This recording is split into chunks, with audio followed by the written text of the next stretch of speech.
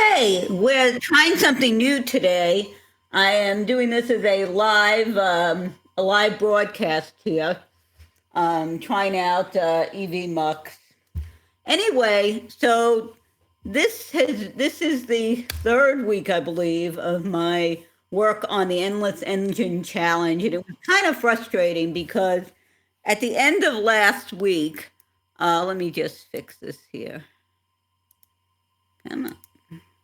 At the end of last week, I had a model that was very lumpy and bumpy, as you can see here, not looking good. And I'm like, I don't know what to do. How am I going to fix this with the limited time we had? Um, what I found is I tried a few things.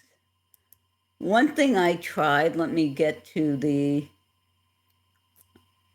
let me get this. So I had this, and what I did is, so I made another trace using splines, and then I tried to do halfway decent geometry. Problem is, when I tried to extrude this, it's a mess. Let me show you. Let's see if we can get that in. So I tried various things. I'm not sure what I'm doing wrong. I'm sure there's someone who knows this stuff a lot better than me who can tell me. But that was my attempt to extrude. So I said, okay, well, this is not working. What's my other alternative here? So what I did is I decided to take Mr. Lumpy Bumpy model here and try to clean it up. And you can see the hood isn't that great either, although actually it's kind of smooth. Um, so I may be able to still use that to some extent. Now the reason I made it black is just so I can tell what it is. At any rate, what I did, let's go back to what I got now, which is much smoother, is I decided to take my problem into ZBrush because ZBrush has some really nice modeling tools. Let's see if we can bring that up and not blow up. Okay, let's see if we can get rid of the light box. Oh, that's live boolean. All right. Document, new document. And let's see if I can load a project. Well, let me load the tools. Load tools. So what I did is I took this. Now this may not be the latest. I gotta go into edit. And I tried to smooth it out. And they have a flattening tool and a smoothing tool and different things you can do here. And you can see I did a little work. I fixed this a little bit since I brought it back into. But what you can do, for example, is let's get the flatten tool brush. There is a flatten brush right here. And for example, I want this to be a little flatter here. So I could make that a little bit flatter. And then I probably want to smooth it out a little bit. Smooth it out here. And something like that. And let's say you got this area that's lumpy and bumpy. You can smooth it out. And that's essentially what I did. And that really helped. One thing you have to be aware of when you start messing with the ZBrush, you get a lot of polygons. So what I had to do, what you have to do in that case, is there is and I don't know if we can see it here. This is let's get this out of the way. You can use a remesh tool. Now I have symmetry on, subdivision surface. And you can see it's not too bad because what I did is I did a remesh. It looks like I tried to clean it up and got rid of all the old version, but you can stick this under. Let me show you where that is hiding. I believe it is hiding here. Yeah, they have this tool called remesh, and you stick it under here. You can reduce the number of polygons. You can also do that in ZBrush. Also has the ability when you go into geometry, I believe they have Z-Remesher, and you could reduce the polygons on there. You can say, okay, I want to, I'm going to remesh this, and I want, let's say I want more polygons. Well, that's too many. But let's say I want half. And it thinks so on. You can see. The nice thing also is you can take it back a step if you want. Let's see. Control Z takes it back a step. And so ZBrush is a great accessory, if you will, if you're doing stuff in Cinema and you want to kind of neaten things up a bit. They do have modeling tools, of course, in Cinema if you don't have a Maxon One subscription. But I find ZBrush more intuitive. So that's what I did. The other thing I did, let me turn subdivision back on and show you. I also started to make the tires.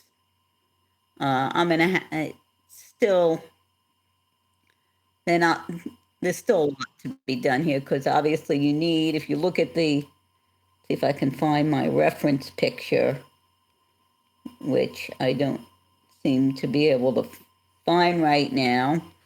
But yeah, you can turn around and you can, looking at the reference picture, let me look at my references and pull it up. So if you look at the Ferrari, that's not the one I want. Let's see.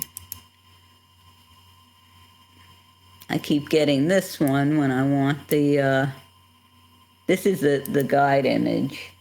Let's see. There we go. You see how the tires are, rather elaborate. Now, I don't think I'm going to have time to do something quite that elaborate. But what I'm going to try to do is at least do something of this order. And looking at Mr. Pittman's, some of his examples, I think will give me the ability to get something that's going to look better than just plain old black tires that are boring. But I just wanted to have tires, so at least it looked. The other thing is obviously this thing is going to move. The good thing is the wheels are within a null. The same null. If you look, I put everything in a null because symmetry only does symmetry with one thing. Okay, so the trick is you put the stuff you want to symmetrize, for lack of a better phrase. I don't know if that's a word. And you stick it in a null, and symmetry will be happy with that. The other thing that I want to show you when we turn this around is there's still a, you see when you look at the window, now that could be fixed, and this I learned from Mr. Pittman's class, and my apologies, the last 2 weeks I've been saying John Dickinson. His YouTube channel is absolutely brilliant, so that doesn't change anything there. I guess they both have. I think Mr. Dickinson is Australian, but at any rate, both of these guys are absolutely brilliant modelers, and but you see what I can do with this. Let me turn subdivision surface off. If I do a cut right here, draw a cut here and a cut here close to the original line, it should help that issue.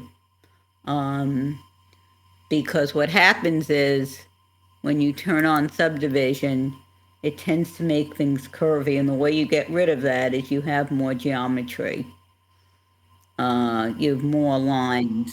I learned that actually when I took the first class in cinema. We had a model gaming console, and when I stuck it in, stuck it in subdivision, it was a blob, and had to add lines so it knew that it should hold the corners a little bit better. See if I can do this for you right here. So let's select the. No, it's ball one. So what you can do is take the knife tool. Hopefully this will work. I got my knife tool. I'm in bowl, and I'm going to come up real close with the knife tool, and I'm going to cut a line right there, and then I'm going to cut a line right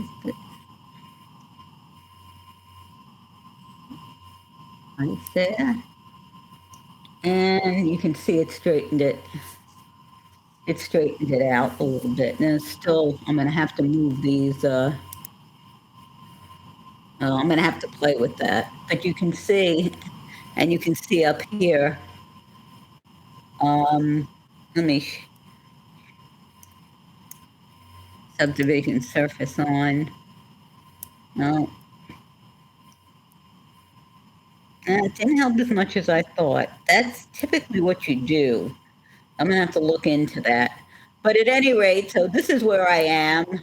Not as quick as I was hoping, not as much progress as I was hoping, but still you can see the big difference between what I did, where I was last week and where I am right now.